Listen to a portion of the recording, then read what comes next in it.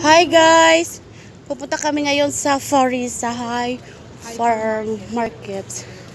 Sa Faris. Faris to! Saan may Faris? Punta tayo sa Faris.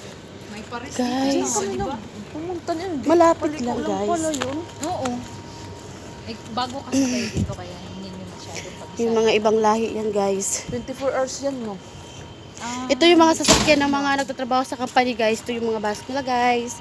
Sinusundo sila itong madaling araw guys. Sige ba, 3 AM to 4 PM. Ay, school bus pala to guys. Tarong vlog day. Puro makamali-mali day. Tingin-tingin para hindi tayo mabundol. Ato na siya ano. So nandito na tayo. Ha? Ganyan. Yan sila guys. Naglalakad.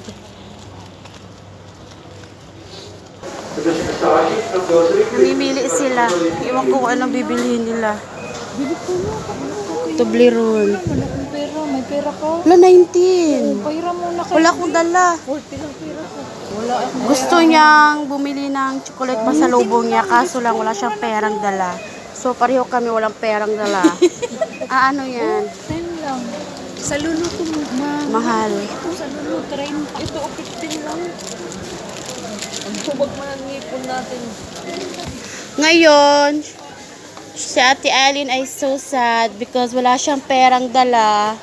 So, paano siya makakabili?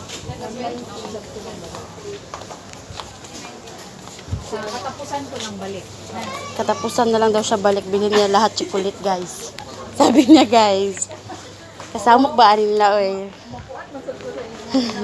Guys, na yung mga tinapa diri, guys. Oh, amiga. Made from Philippines. Char.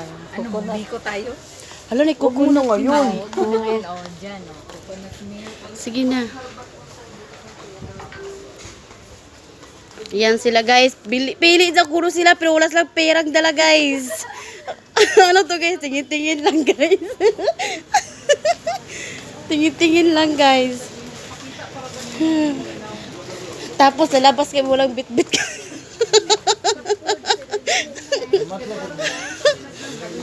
Kakahiya diba guys?